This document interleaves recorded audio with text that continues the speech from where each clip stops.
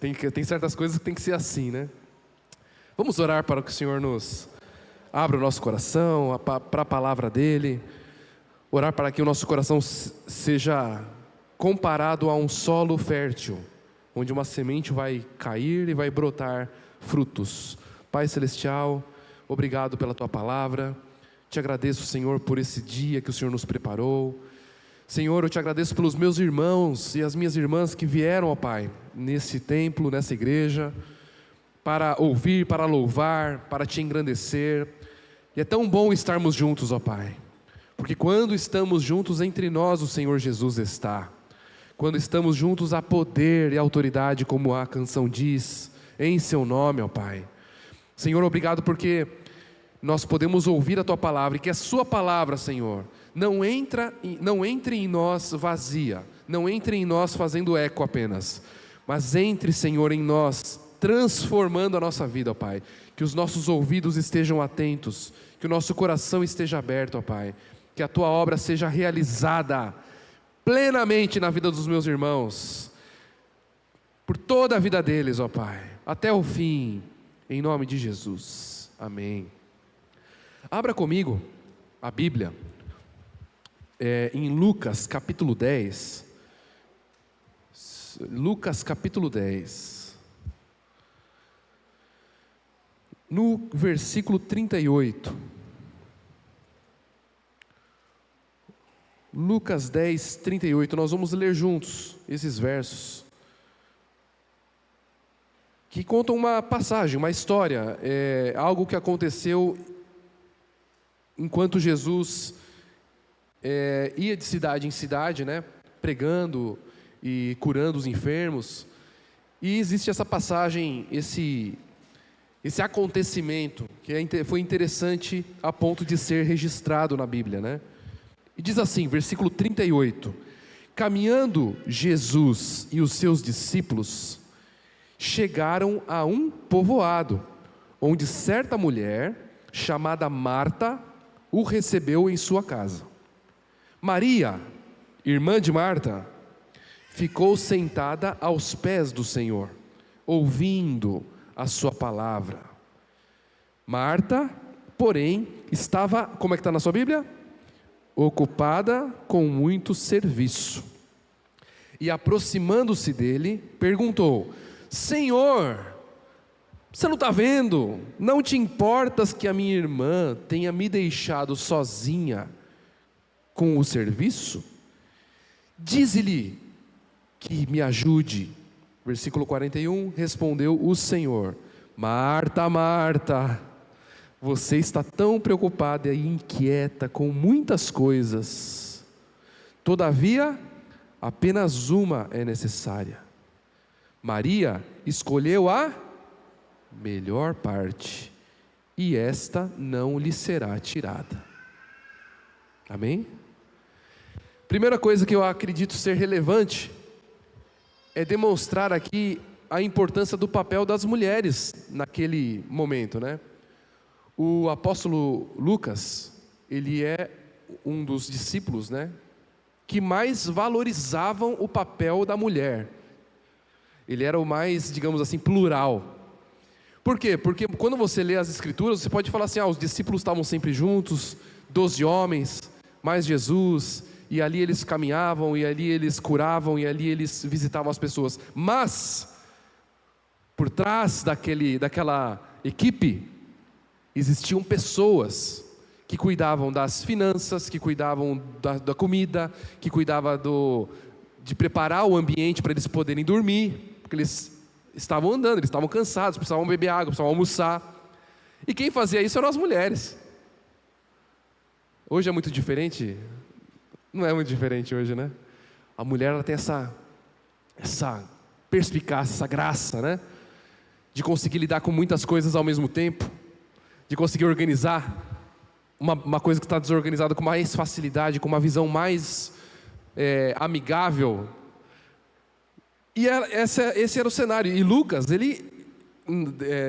quando você lê o capítulo todo de Lucas, você percebe que ele dá essa valorizada, essa levantada de bola para as mulheres, né?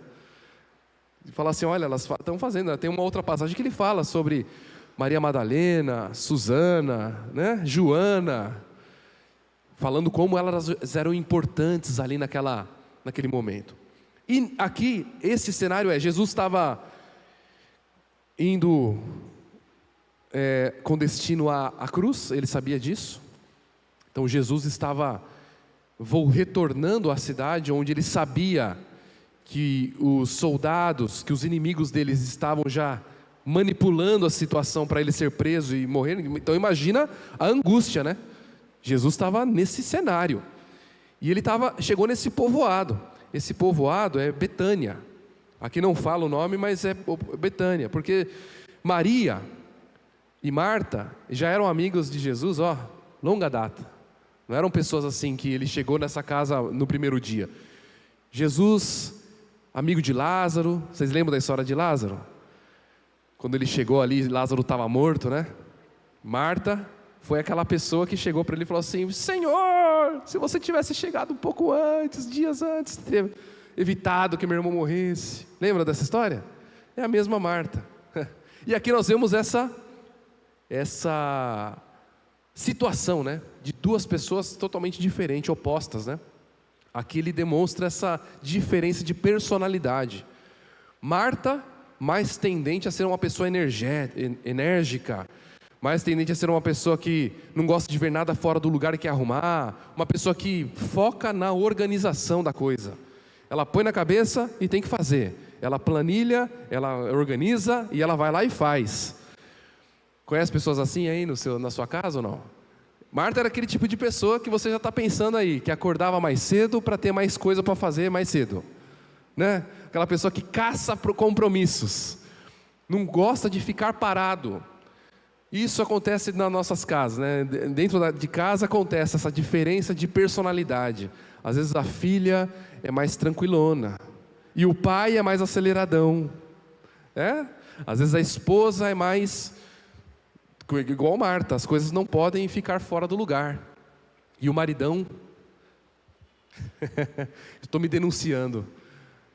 Depois eu faço, depois eu limpo. A louça está lá, aquela beleza, né? Já vou fazer. Calma.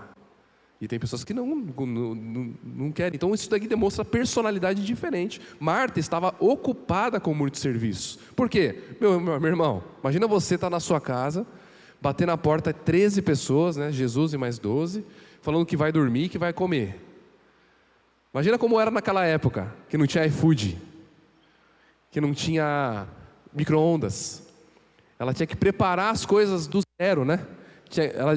Naquela época eles plantavam, tinha que colher, tinha que fazer, tinha que limpar, tinha que preparar a mesa. Era um dia de muito serviço, né? E esse cenário é onde nós vamos basear a nossa conversa a respeito da edificação. Por quê? Porque nós estamos trabalhando domingo após domingo de novembro, falando sobre célula. Então a semana passada, o Ronaldo trouxe uma reflexão a respeito de célula. E até o final desse mês nós vamos tratar sobre esse tema. E célula é um lugar de edificar. Fala comigo, edificar. O que isso vem na sua cabeça quando você fala edificar? A sua vida é uma vida que precisa edificar. As suas atitudes precisam ser edificantes. O que isso significa? O que isso significa? Quando você recebe uma piada e os seus pais alertam, né? Quando a gente era menor, falavam assim: essa piada não edifica, que é uma piada suja. Essa conversa não edifica. Por quê? Porque às vezes está envolvido fofoca, está expondo alguém, né? Uma conversa que está expondo a fraqueza de um irmão, é uma conversa que não edifica. E na célula nós temos uma questão: a célula deve ser um ambiente de edificação. É por isso que nós convidamos sempre pessoas a irem à célula. Por quê? Porque lá é muito mais fácil, é um ambiente muito mais propício, mais amigável, mais íntimo.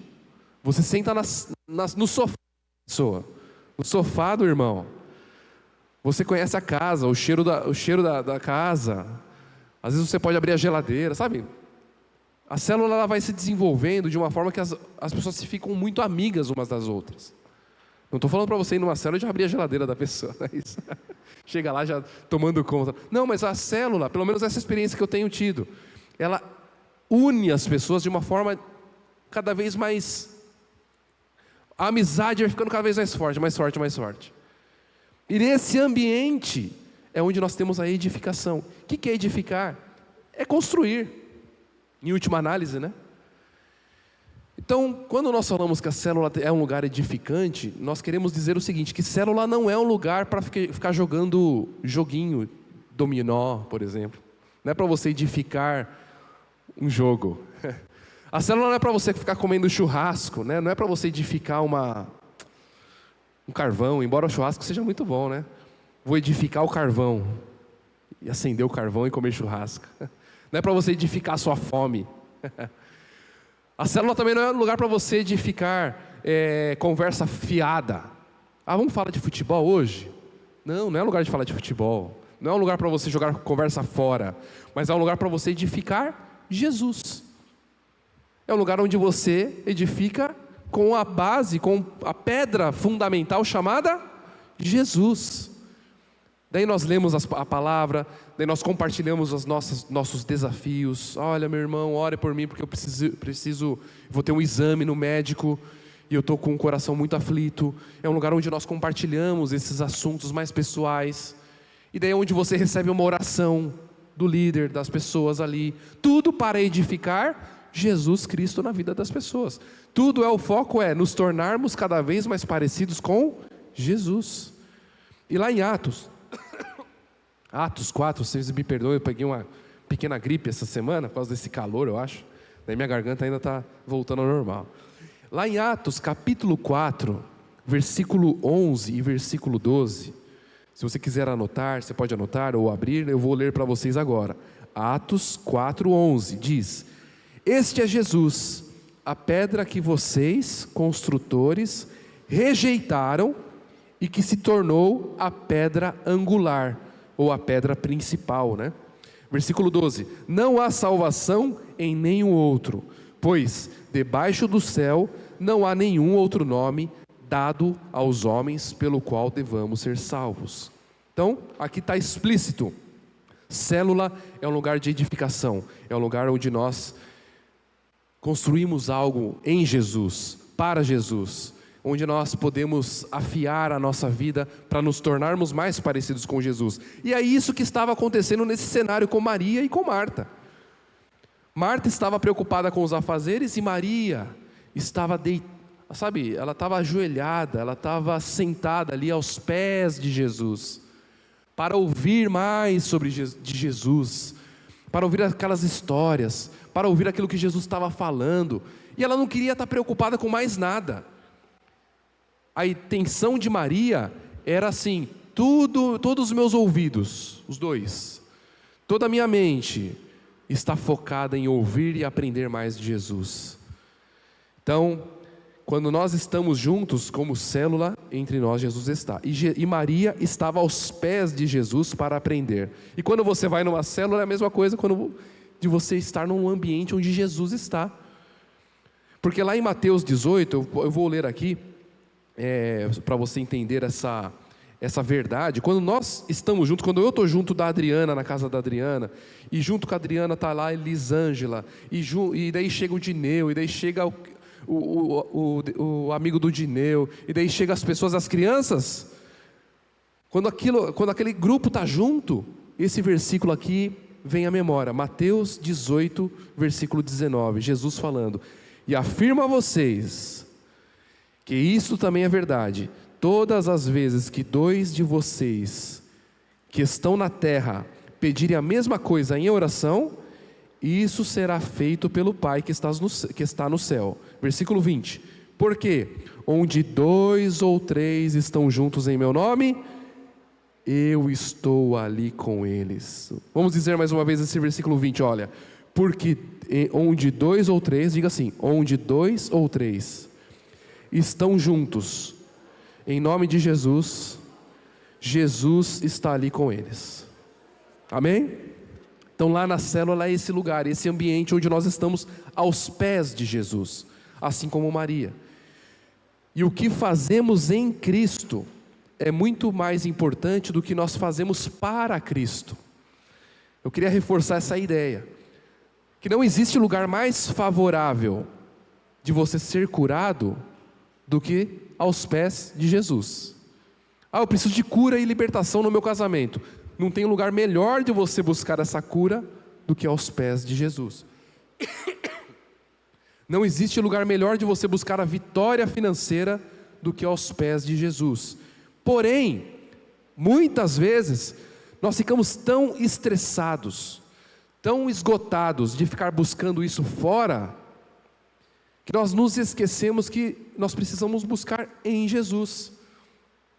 E daí aquilo, ou a sua dificuldade financeira, ou o seu desafio conjugal, ou a sua dificuldade no trabalho, se torna um estresse tão grande, algo tão, que te dá uma dor de cabeça tão grande, que você deixa de louvar, que você deixa de estar na igreja com seus irmãos, que você acaba desanimando de até ir na célula, né? Por quê? Porque você está ocupado com muitas coisas, né? Não existe lugar mais favorável de nós resolvermos a nossa vida do que aos pés do Senhor Jesus. E o que nós fazemos em Jesus é muito mais importante do que o que nós fazemos para Jesus. O que você faz em Jesus é mais importante do que você faz para Jesus. O que você entende sobre isso? Isso às vezes fica mais nítido ou mais claro quando nós falamos sobre ministérios da igreja. Porque muitas vezes nós que somos aqui da música, às vezes as pessoas que ajudam ali na cooperação, os professores de escola dominical, eles podem ter uma falsa ideia de que por estarem tocando a guitarra, o violão e cantando no microfone, por estarem cuidando das crianças, ouvindo as crianças ali naquela bagunça deliciosa que é, né, que você sai daqui às vezes com a cabeça assim, né, Dálcio? Às vezes você sai daqui com a cabeça assim. Por estarem transmitindo, por estarem compartilhando, por estarem reservando lugares, elas caem na falsa ideia de que aquilo vai gerar salvação para elas, de que aquilo vai gerar salvação em Jesus para elas, que aquilo vai fazer elas entrarem no céu mais facilmente, ou de que aquilo ali vai ser visto por Deus ou pelo nosso Pai como algo muito mais santo, ou como algo muito mais importante do que as pessoas que não tocam, que não estão envolvidas em ministério. E essa falsa ideia é justamente onde Marta se encontra, de que fazer as coisas, olha, eu preciso passar o pano, eu preciso esquentar a comida, eu preciso tocar a guitarra, eu preciso cantar, eu preciso liderar, eu preciso estar aqui no bazar, eu preciso estar lá às 6:30 da manhã, e eu preciso estar com as crianças. E nós caímos numa falsa ideia de que aquele irmão que não está envolvido no trabalho é o irmão que está fazendo algo negativo. Nós caímos numa falsa ideia de que aquele irmão que não quer, por exemplo, não é que não quer, mas a pessoa não faz, não se encontrou ali, não se encaixou em nenhum ministério. A gente olha para ele e fala assim: esse daí não está com nada, esse daí não faz nada, eu que estou fazendo tudo, eu que tenho que fazer tudo, a igreja não tem mais ninguém, não tem mão de obra. Olha só, a igreja se tornou um lugar de mão de obra. Olha, às vezes a gente ouve isso: não dá para fazer esse evento porque nós não temos mão de obra. Pô, mão de obra? Mão de obra é um negócio tão capitalista, né? Tão do trabalho, né? E aqui Jesus responde, né? Porque nós, quando caímos nesse furacão, nós somos tendenciosos a falar: pastor, você não está vendo que eu estou fazendo tudo sozinho? Essa pessoa não está fazendo nada, só atrapalha. Foi o que Marta fez. Jesus, você não está vendo aqui que Maria não está fazendo nada, não está me ajudando? E daí Jesus conclui: Marta, você está preocupada e inquieta com muitas coisas. Daí essa parte é fundamental. Todavia, apenas uma coisa é necessária. Uma coisa é necessária, é muito simples. Às vezes nós complicamos a nossa vida. E eu acho que esse é o resumo de toda a ideia. Nós nos colocamos em situações que nós não deveríamos estar. Nós nos colocamos em discussões que nós não deveríamos nos colocar. Nós nos colocamos em situações de estresse que nós não precisaríamos estar. Porque nós queremos fazer, mostrar, demonstrar que nós podemos, que nós conseguimos, né? E o Senhor olha para nós e fala assim: Davi, apenas uma coisa é importante. José, simplifica a sua vida, meu pastor. Apenas uma coisa é importante. Fala para a pessoa do seu lado aí o nome dela, fala assim, fala 2 vezes o nome, hein? Bruno, Paulo. Você está preocupada com muitas coisas. Você está se estressando com muitas coisas. Fala para ele, mas apenas uma coisa é importante. Apenas uma coisa é necessária, né? Então, nessa ideia de quando nós nos envolvemos numa célula, na casa das pessoas, a premissa não deve ser: eu vou na célula para trabalhar mais para Cristo. Eu vou estar numa célula porque eu preciso trabalhar mais, porque eu preciso mostrar que eu fiz a reflexão que o pastor mandou. Sabe, meus amados, você sabia que tem pessoas que não gostam de expor-se? Tem pessoas que não gostam de expor, não gostam do microfone. E nós temos que amá-las e respeitá-las e trazê-las para perto. Da mesma forma que aquele que fala, que gosta de levar no... Olha, eu li isso, pastor. Tem gente que gosta de pegar a folhinha do pastor, levar na célula e falar, e declamar aqueles versículos, né? Tem pessoas que fizeram isso, mas no particular, no quarto delas. Personalidade.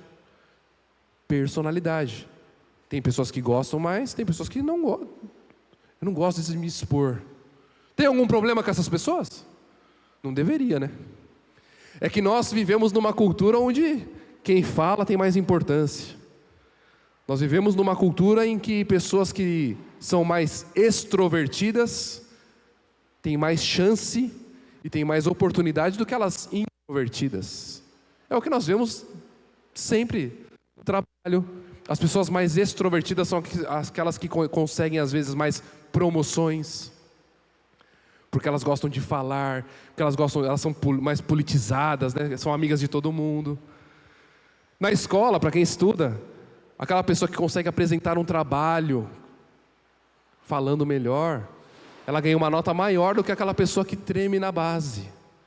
E olha, meu irmão, eu já fiz faculdade, e eu já vi pessoas na hora de apresentar começaram a tremer, ficou tudo escuro e desmaiaram na sala de aula, de tanto nervoso que passaram.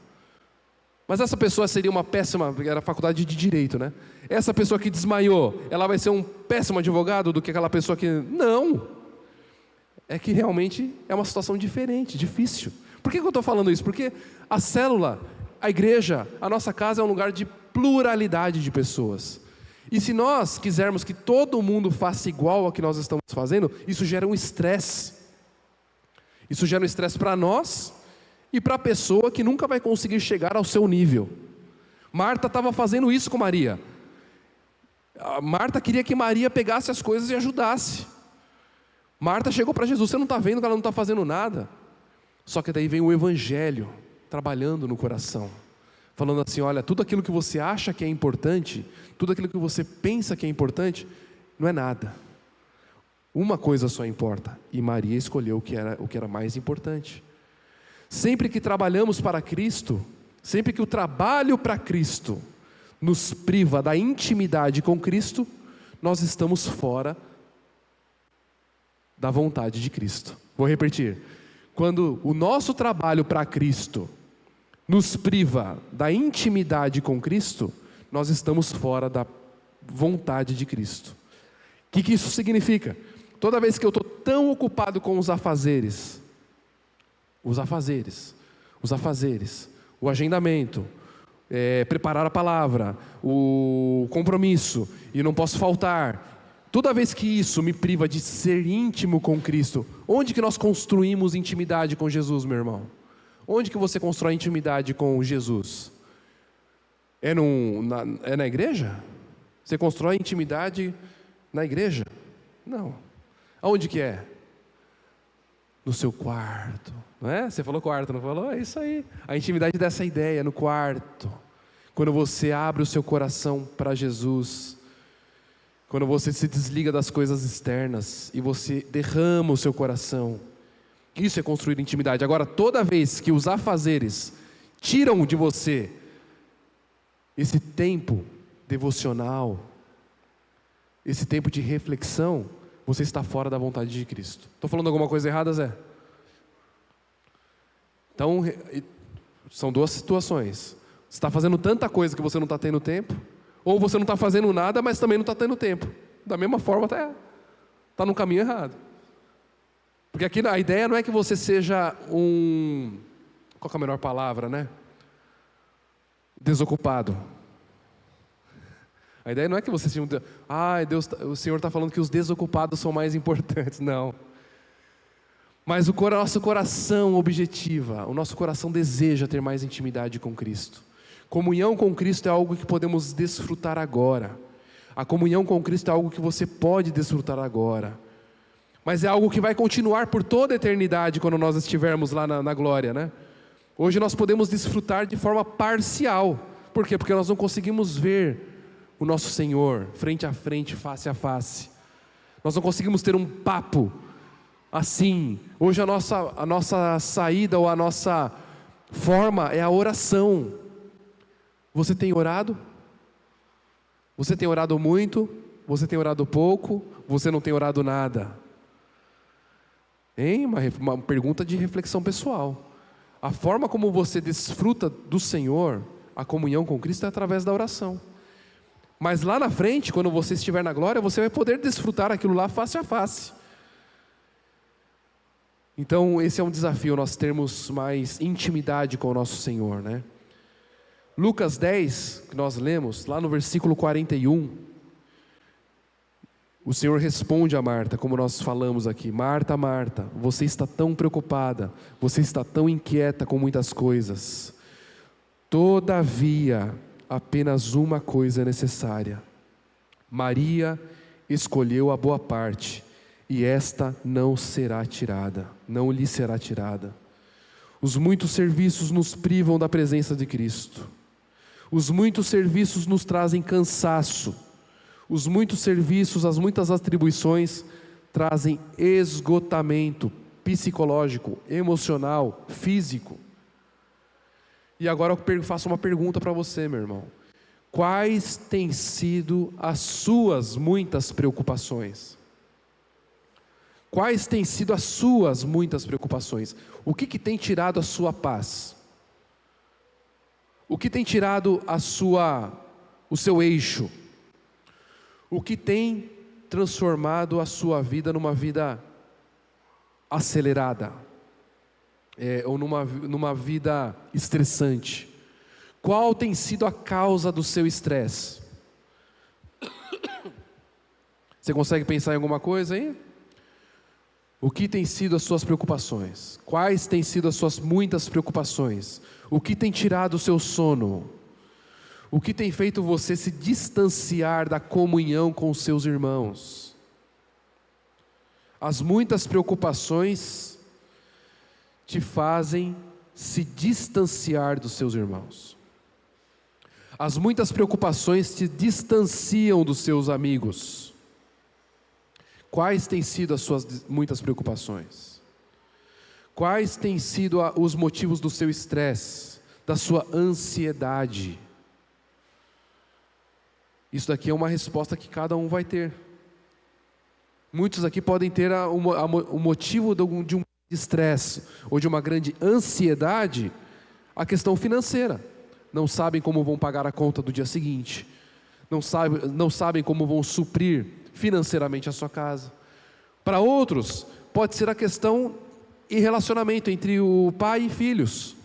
Estou perdendo meus filhos. Os meus filhos estão escorrendo pelas minhas mãos. Eles estão indo para o mundo.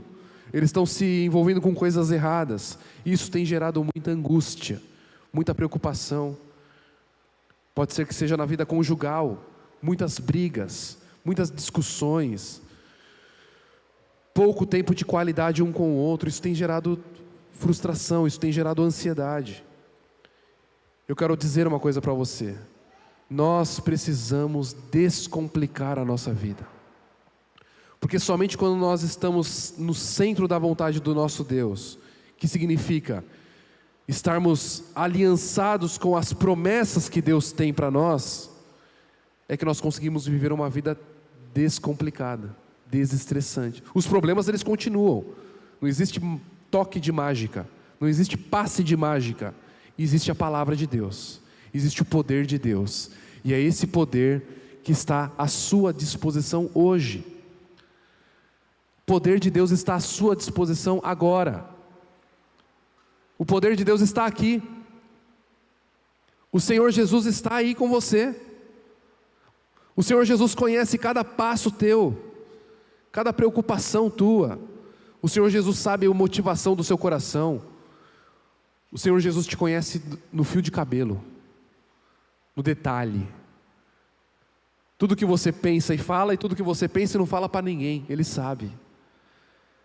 E sabe o que o Senhor quer de você? Ele não quer que você sacrifique nada. O Senhor não pede que você sacrifique o seu tempo. O Senhor não pede que você sacrifique a sua universidade. O Senhor não pede que você gere sacrifícios para Ele. Ele já morreu na cruz. O maior sacrifício já foi feito. Sabe o que Ele espera de você? Obediência. Obediência. Obediência à palavra. Obediência a Ele. Obediência aos mandamentos. Quantos aqui estão dispostos a obedecer ao Senhor? Eu estou disposto a obedecer ao Senhor. Mas nós só podemos obedecer àquele que nós temos intimidade. Então eu quero orar por você, para que você tenha mais intimidade com esse Deus. O caminho não tem outro, meu amado. Não tem segredo. É oração, é palavra, é estar com os irmãos, é estar numa célula para ser edificado. Não tem segredo. Mas o Senhor, Ele quer trabalhar na sua vida. Mas para Ele trabalhar na sua vida, você precisa deixar suas preocupações de lado e focar nele. Você entende? Para você conseguir caminhar junto com Ele, você vai ter que pôr Ele num lugar especial na sua vida. Maria colocou Jesus num lugar especial, no lugar mais importante. Ela abriu mão de muitas coisas para estar ali nos pés de Jesus. Você está disposto a muitas coisas para estar aos pés de Jesus? Vamos nos colocar em pé, vamos orar juntos. Eu queria fazer 2 orações. A primeira oração é para os irmãos e as irmãs que estão ansiosos. Quando nós lemos aqui os muitos afazeres, é uma situação de uma pessoa que tem que fazer tanta coisa que ela acha que não vai conseguir fazer nada. Tudo ela acha que depende dela e tudo vai ruir se ela não fizer. Isso gera ansiedade. E eu queria orar para os irmãos e as irmãs que se sentem ansiosos ou ansiosas, com muitas preocupações. E se você é uma dessas pessoas, se você quiser vir à frente, fique à vontade. Nós vamos orar especificamente por você. Eu queria chamar meus amigos músicos aqui para nós entoarmos a canção. Enquanto isso, se você se sente ansioso, ansiosa, com muitas coisas para fazer, e você não se sente capaz, e você acha que as coisas vão ruir, vão dar errado, que amanhã você vai acordar e você não vai ter nada, isso é uma ansiedade. Nós vamos orar por você. Pai Celestial, eis aqui os seus filhos e as suas filhas, ó Pai. Tua palavra diz que o Senhor sonda os corações. O Senhor sonda os corações. O Senhor conhece as angústias. O Senhor conhece as inquietações. O Senhor conhece, Senhor, cada passo desse meu irmão, dessa minha irmã. Pai Celestial, eu oro nesse momento para que tudo aquilo que esteja ocupando a mente desses meus irmãos, que esteja fora da Tua palavra, seja, Senhor, eliminado em nome de Jesus. Pai Celestial, eu oro para que a mente desses meus irmãos, a mente desses meus amigos, ó Pai, sejam abertos, que eles tenham uma mente, Senhor, desembaraçada, que toda preocupação caia por terra, Senhor, que toda angústia caia por terra, Senhor. Senhor Jesus, que toda ansiedade seja quebrada. para que eles possam desfrutar, a partir de agora, Senhor, e para toda a eternidade, intimidade com o Senhor Jesus. Senhor, que nenhuma preocupação sequestre o meu irmão, que nenhuma preocupação deixe meu irmão deitado numa cama, que nenhuma situação, Pai, que ele possa estar vivendo seja capaz de deixá-lo inoperante, que ele deixe ele paralisado, Senhor. Eu oro para que os meus irmãos sejam frutíferos, eu oro para que os meus irmãos, Senhor, sejam abençoados, que o Senhor Jesus, que opera em nós tudo, possa operar na vida desse meu irmão, ó Pai, possa quebrar as cadeias, possa romper as correntes, e que ele possa ser livre, em nome de Jesus. E agora, com suas mãos no seu coração, como um ato assim de intimidade com o Senhor, a oração é para: Senhor Jesus, eu quero ser íntimo do Senhor. Senhor Jesus, eu quero ser teu amigo, ó Pai. Senhor Jesus, eu quero saber mais sobre o Senhor. Senhor Jesus, eu quero ser um perito, eu quero ser o conhecedor das suas histórias, dos seus milagres, das suas promessas, das suas palavras. Senhor, eu quero ser igual a Ti, eu quero ser tão íntimo ao Senhor, que eu vou parecer mais contigo, ó Senhor. Senhor, esse é o meu desejo. Diga ao Senhor: Senhor, esse é o meu desejo, ser mais parecido contigo. Senhor, que eu possa ser mais parecido contigo, Senhor. Senhor, gera em mim desejo de estar mais próximo a Ti. Senhor, gera em mim o desejo de ser mais íntimo do Senhor, que eu possa ser teu amigo, ó Pai. Senhor, que eu possa saber mais do Senhor, estar mais com o Senhor, e não fazer mais coisas para o Senhor, porque o Senhor não precisa de nada, o Senhor não precisa que eu faça nada para o Senhor. Eu quero estar em Ti e não fazer algo para Ti. Eu quero ouvir a Sua voz, eu quero ouvir a Sua voz, eu quero ouvir a Sua voz, falando claramente aos meus ouvidos, ó Pai. Eu quero ter intimidade com Cristo, eu quero ter intimidade com o meu Senhor. Eu desejo isso, Senhor, para que a minha vida seja uma vida plena, para que eu possa ser uma pessoa edificante. Faz isso em mim, Senhor. É por isso que eu oro, em nome do Senhor Jesus. Diga amém. Glória a Deus, glória a Deus. Eu estou com um pedido de oração também aqui, de um irmão, de uma pessoa, que já esteve